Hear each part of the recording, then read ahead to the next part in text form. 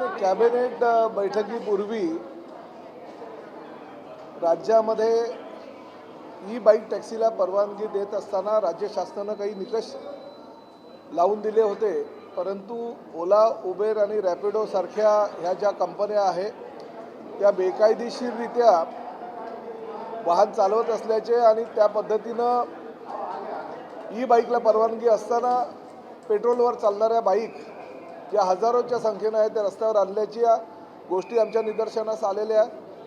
त्याचबरोबर गेल्या आठवड्यामध्ये मुंबईमध्ये एका बाईकस्वारानं प्रवाशांचा जो अपघात झाला होता त्यामध्ये एका प्रवाशाचा मृत्यू झाला आणि त्याचबरोबर 3 दिवसापूर्वी कल्याणमध्ये उबेर चालवणाऱ्या एका बाईकस्वारानं एका महिलेचा विनयभंग केल्याची तक्रार कल्याण पोलीस स्थानकामध्ये नोंदवण्यात आल्यानंतर राज्य शासनाने ह्या सर्व गोष्टींकडे गांभीर्याने लक्ष दिलं। यापूर्वी तर फक्त बाईक ज्या ई बाईक नाही त्या रस्त्यावर आणल्याबद्दल रॅपिडो आणि त्याचबरोबर ओला, उबेर याच्या ज्या गाडी चालक आहेत त्याच्यावर गुन्हा दाखल करण्याच्या ऐवजी आम्ही कंपन्यांच्या मालकांवर गुन्हे दाखल केले आणि अशा प्रकारचे 15 दिवसामध्ये 36 FIR विविध पोलीस स्टेशनमध्ये आमच्या RTO इन्स्पेक्टरने दाखल केलेले आहेत। त्या पद्धतीनं पोलिसांची कार्यवाही चालू आहे। परंतु मुंबईमध्ये जो अपघात झाला आणि त्यामध्ये प्रवाशाचा मृत्यू झाला, कल्याणमध्ये ज्या महिलेवर अतिप्रसंग झाला आणि तो गुन्हा दाखल झाला, ही बाब शासनाच्या दृष्टीनं फारच गांभीर्यानं आम्ही घेतलेली आहे आणि त्यामुळे आज सकाळी बैठक झाली आणि बैठकीमध्ये असा निर्णय घेतला की 2 दिवसानंतर ST म्हणजे स्टेट ट्रान्सपोर्ट ऑथॉरिटीची बैठक आहे आणि आमचा रिपोर्ट जो आहे त्या बैठकीमध्ये मी माझ्या अधिकाऱ्याने सादर करायला सांगितलेलं आहे। जर राज्य शासन माझ्या खिशात आहे, परिवहन खातं माझ्या खिशात आहे, अशा पद्धतीनं ओला, उबेर आणि रॅपिडोचे मालक बेकायदेशीररित्या जर रस्त्यावर गाड्या आणत असतील तर त्यांच्याकडे ते लायसन त्यांना जे टेम्पररी स्वरूपात दिलेले तर रद्द करण्याशिवाय आमच्याकडे दुसरा पर्याय उपलब्ध नसणार। ही शेवटची संधी आम्ही त्यांना दिली होती, परंतु त्या संधीविषयी त्यांनी आमच्याकडे काही ज्या त्यांना अडचणी आहेत किंवा त्यांच्या काही सूचना आहेत त्या देण्याऐवजी बेकायदेशीररित्या प्रवासाला त्यांनी प्राधान्य दिलेले आहे।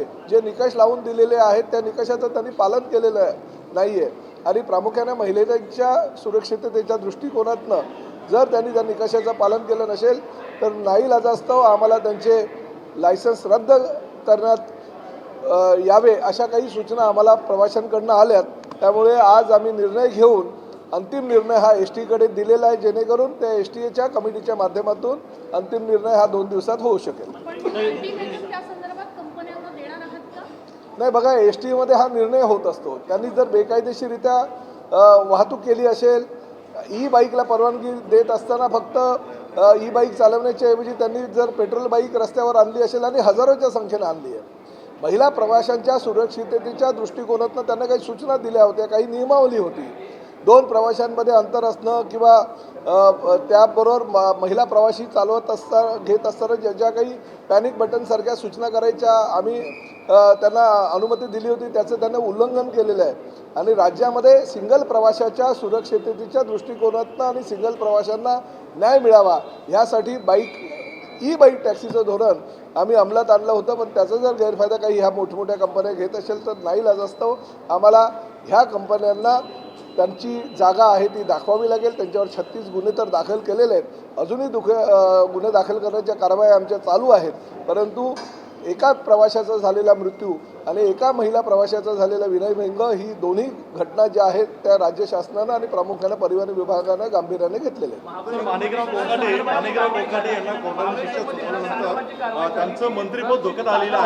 आम्हाला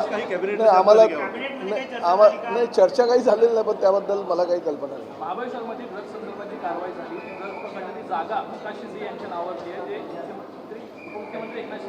अहो त्याला असं काही नाही आहे, उगाच कोणीतरी विरोधक कुठल्या तरी छोट्याच्या गोष्टीचं मोठं काहीतरी करण्याचा प्रयत्न करतायत। प्रकाश शिंदे हे त्या म्हणजे ठाणे महानगरपालिकेतील नगरसेवक आणि त्यांचं ते गाव बाजूला असल्याकारणाने त्यांची ती जागा त्यांनी घेतली होती, परंतु ज्या काही लॉजिंग बोर्डिंगची ती जागा आहे ती जी बांधली होती ती ऑलरेडी त्यांनी गेल्या अनेक वर्षापासून एकाला भाड्यानं दिलेली आहे. तर आता भाडेकरू काय करतो ही प्रत्येक गोष्ट काय मालकाच्या लक्षात नसते. त्यामुळे उगाच काहीतरी शिंदे साहेबांचा भाऊ आहे आणि हे आहे म्हणून अशा पद्धतीनं जर का बावडे कोणी उचलत असतील तर ते योग्य आहे.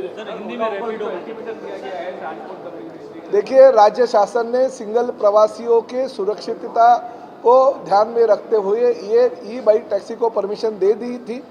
ओला, उबेर और रैपिडो जैसी जो कंपनियां हैं उनको ये परमिशन दी गई थी, वो भी टेम्पररी, क्योंकि उन्होंने जो कानूनन हमारे आरटीओ डिपार्टमेंट ने जो निकष लगाए उसका पालन करना जरूरी था। मगर हमें ऐसा महसूस हुआ कि राज्य शासन का जो नियमावली है उसका पालन नहीं करते हुए उन्होंने पेट्रोल पे चलने वाली बाइक रास्ते पे लेके आए।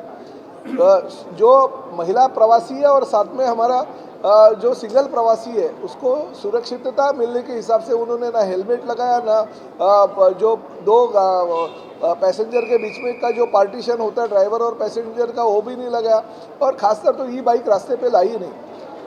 पिछले हफ्ते में मुंबई में एक दुर्घटना में एक प्रवासी का मृत्यु हो गया। 3 दिन पहले कल्याण में एक महिला प्रवासियों के साथ अति प्रसंग करने की कोशिश उबेर के ड्राइवर ने की। तो ऐसी घटनाएं राज्य शासन के माध्यम से ये जो गंभीरता से ली गई है, परिवहन डिपार्टमेंट ने ऐसा निर्णय ले लिया है कि अगर बारंबार ये लोग ऐसी गलतियां करते रहेंगे तो उनके ऊपर एफआईआर कितने लॉन्च करेंगे, क्योंकि 36 एफआईआर हमने रैपिडो, ओला, उबेर और ख़ासकर उससे ज़्यादा रैपिडो की जो कंपनी उसके ऊपर सबसे ज़्यादा गुना दाखिल कर दिए, एफआईआर दाखिल हो गए, वो भी उनके मालिक के ऊपर, डायरेक्टर के ऊपर। मगर उसके ऊपर भी अगर कार्रवाई नहीं होती है तो निश्चित रूप से हमें कठोर अमल करना पड़ेगा उसके ऊपर। इसलिए 2 दिन के बाद एसटीए की कमेटी की मीटिंग है, हमने हमारा रिपोर्ट उनके पास रख दिया, और अगर गलत तरीके से ऐसे प्रवासियों के जान से अगर खेलेंगे तो उनके ऊपर कानूनी कड़क कार्रवाई होगी।